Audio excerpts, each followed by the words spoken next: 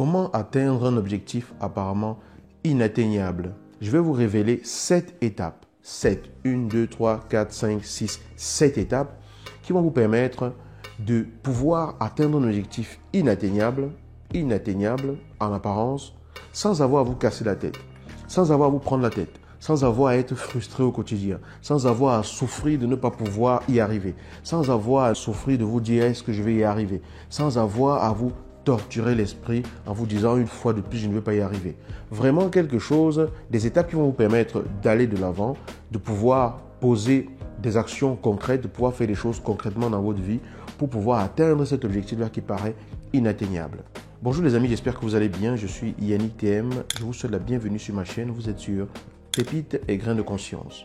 Je vais vous inviter à partir d'ici, si ce n'est pas encore le cas, à vous abonner à cette chaîne. Première action, vous vous abonnez à cette chaîne, puis vous cliquez sur la cloche de notification qui apparaît.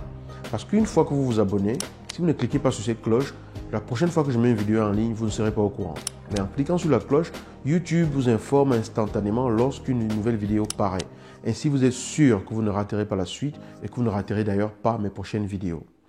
La deuxième action que je vous appellerai à faire au terme de cette vidéo, ce sera de la partager.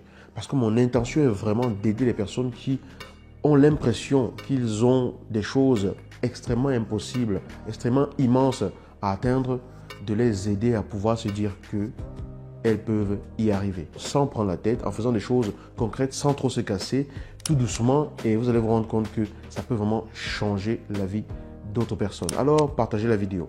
Si vous vivez une situation dans laquelle vous vous rendez compte que c'est difficile pour vous d'atteindre un objectif, peu importe, que ce soit un objectif proche ou lointain, mais quelque chose que vous aimeriez faire pour pouvoir vous sentir bien, pour pouvoir être fier de vous, pour pouvoir avancer dans votre vie. Mais vous vous dites, oh là là, je n'y arriverai pas parce que c'est trop compliqué, ce n'est pas pour moi, je ne suis pas fait pour ça. Quand je regarde juste ce que j'ai à faire, ça me terrorise. Peu importe, les domaines sont nombreux. Je vous invite à suivre la série de vidéos qui va suivre, d'accord? La vidéo actuelle, c'est une vidéo d'introduction dans laquelle je vais vous révéler la première étape. Vous allez recevoir, je vais publier 7 vidéos différentes et chacune des vidéos donne un élément avec des exercices à mettre concrètement en pratique. C'est-à-dire que je vais vous expliquer différentes étapes et je vais vous dire à chaque fois ce qu'il faut faire par rapport à chaque étape lorsqu'il y a des exercices à mettre en pratique. D'accord? Ainsi, progressivement, vous allez évoluer. Vous allez progresser, vous allez amorcer ce changement que vous voulez changer, vous voulez aller vers l'objectif que vous recherchez, vous allez enfin pouvoir vivre une vie différente, vous allez enfin pouvoir être fier de vous par rapport à ce domaine-là. Votre vie va enfin pouvoir se transformer parce que ce que je vous révèle ici, ce sont des choses simples qui peuvent vous aider. Donc, la première étape, la voici. La première chose à faire pour que vous puissiez vraiment amorcer un changement durable, atteindre un objectif durable, c'est de faire clairement le bilan actuel. Faites un état des lieux de votre situation de maintenant. Qu'est-ce que je veux dire par là? Peut-être que vous voulez perdre du poids, ou alors peut-être que vous voulez avoir plus confiance en vous, ou vous voulez améliorer d'autres choses dans votre vie, ou vous voulez atteindre d'autres objectifs. Peu importe. Mais le fait de se le dire, parce que votre frustration vous le rappelle tous les jours, parce que lorsque vous regardez dans le miroir tous les jours, vous vous rendez compte que l'image que vous voyez ne vous plaît pas. Ou peut-être que vous fuyez même le miroir parce que vous n'arrivez plus à vous regarder. Le simple fait de vous dire tout ça dans votre tête tout le temps, de vivre cette frustration au quotidien, de vivre toutes ces pensées au quotidien, ça fait que la situation n'est pas vraiment claire devant vous. Il y a des émotions qui vous perturbent, il y a des émotions qui vous troublent l'esprit, mais il est temps vraiment de faire un état des lieux. L'état des lieux, c'est objectivement regarder où est-ce que j'en suis. Donc je vais vous inviter à prendre une feuille ou à ouvrir un petit carnet à partir de maintenant parce que les prochaines étapes vont vous demander de vraiment vous plonger là-dedans. Vous faites l'état des lieux, un peu comme lorsque vous amenez votre voiture chez le garagiste. Peu importe que vous soyez content que votre voiture soit en panne ou pas, le garagiste, lui, fait un état des lieux.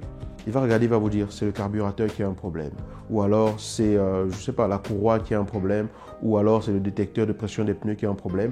Vous amenez votre voiture parce qu'il y a quelque chose qui ne va pas avec la voiture. Et du coup, ça peut éveiller en vous plein d'émotions, en vous disant « Oh, j'ai risque de rater ce rendez-vous, franchement, cette voiture me casse la tête, etc. » Et c'est la même chose. Lorsque vous voyez qu'il y a des choses qui ne vont pas chez vous, vous dites des choses et vous faites des réflexions comme ça à longueur de journée. Mais si vous ne faites pas un diagnostic du véritable problème, il ne sera jamais réglé.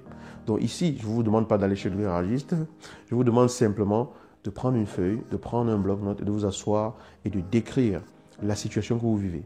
Je veux La situation actuelle que vous vivez, c'est je suis à tel niveau de ma vie. Ma situation concerne ma prise de poids. Ma situation concerne ma confiance en moi. Ma situation concerne ma relation avec les autres. Ma situation concerne ma communication dans mon couple. Peu importe, c'est à vous de voir. Vous dressez clairement le bilan actuel. Sans émotion, forcément, il ne s'agit pas de vous mettre à vous jeter dans les émotions et tout, mais c'est de façon lucide d'analyser la situation comme si c'était une situation de quelqu'un que vous ne connaissez pas et qui vous demande de lui dire ce que vous constatez. Dressez un bilan actuel de votre situation. Vous dressez ce bilan-là, vous décrivez exactement la situation dans laquelle vous êtes actuellement. C'est l'état des lieux. On dit ce qu'on voit, on dit ce qui est. On décrit ce qui est sans chercher à le justifier, sans chercher à l'expliquer, sans chercher à trouver des explications, quoi que ce soit. Ce n'est pas de la vous n'êtes pas là pour vous juger. Vous décrivez votre situation et vous décrivez les émotions qui vont avec, la souffrance que vous ressentez actuellement d'être dans cette situation-là. Tout simplement. Laissez parler votre cœur, laissez sortir les choses telles qu'elles sont, vous l'écrivez.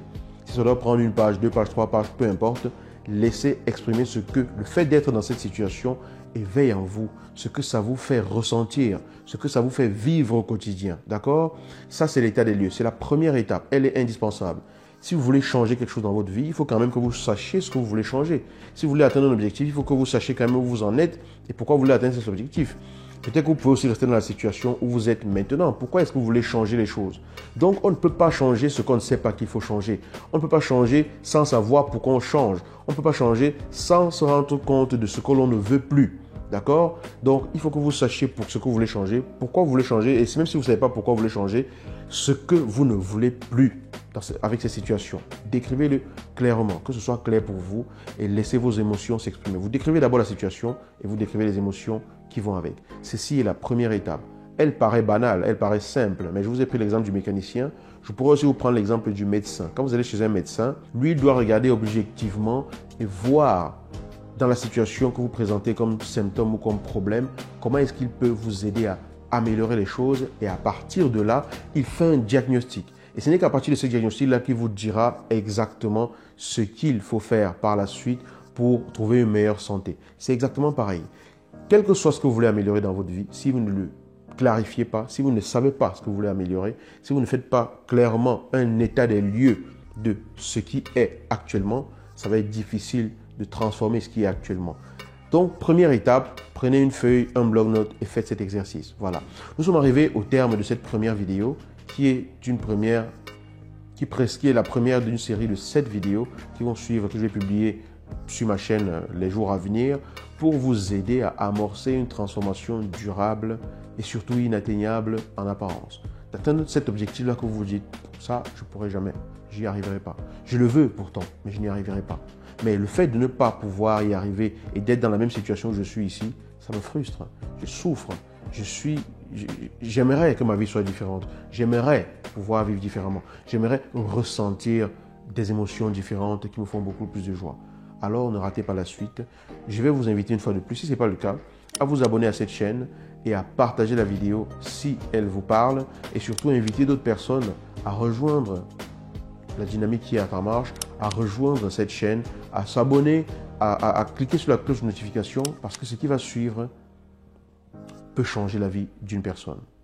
Je vous dis à bientôt dans une nouvelle vidéo. Ciao.